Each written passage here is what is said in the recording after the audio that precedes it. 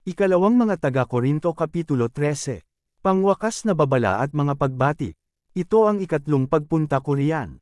Ang anumang sumbong ay kailangang patunayan ng 2 o 3 saksi, gaya ng sinasabi ng kasulatan.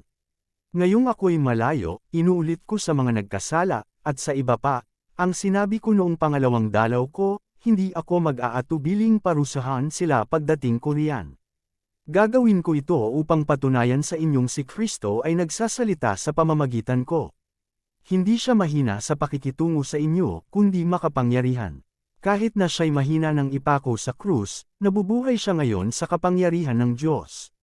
Dahil sa pakikipag-isa namin sa Kanya, kami mahina rin, ngunit sa pakikitungo sa inyo, kami ay nabubuhay na kasama niya sa pamamagitan ng kapangyarihan ng Diyos.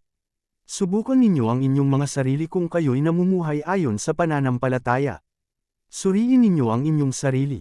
Hindi ba ninyo nalalamang nasa inyo si Kristo Jesus? Maliban na lang kung kayo'y mga bigo sa pagsubok. Umaasa akong makikita rin ninyo na hindi kami bigo. Idinadalanggan namin sa Diyos na sana'y huwag kayong gumawa ng masama, hindi upang palabis ang kami tama, kundi upang makagawa kayo ng mabuti, kahit lumitaw na kami mali. Sapagkat hindi namin maaaring kalabanin ang katotohanan, wala kaming magagawa kundi tanggapin ito. Kami nagagalak na maging mahihina kung kayo naman ay lalakas. Kaya't idinadalanggan rin namin kayo'y maging ganap. Isinusulat ko ang mga bagay na ito habang ako'y wala pa riyan upang sa aking pagdating, hindi na kailangan pang magpakita ako ng bagsik sa paggamit ng kapangyarihang ibinigay sa akin ng Panginoon. Ang kapangyarihang ito'y ibinigay sa akin para sa ikakatibay, hindi para sa ikasisira ninyo. Mga kapatid, hanggang dito na lamang, at paalam na sa inyo. Sikapin ninyong maging ganap at sundin ninyo ang mga payo ko, magkaisa na kayo, at mamuhay ng payapa. Sa gayon, sa inyo ang Diyos ng pag-ibig at kapayapaan.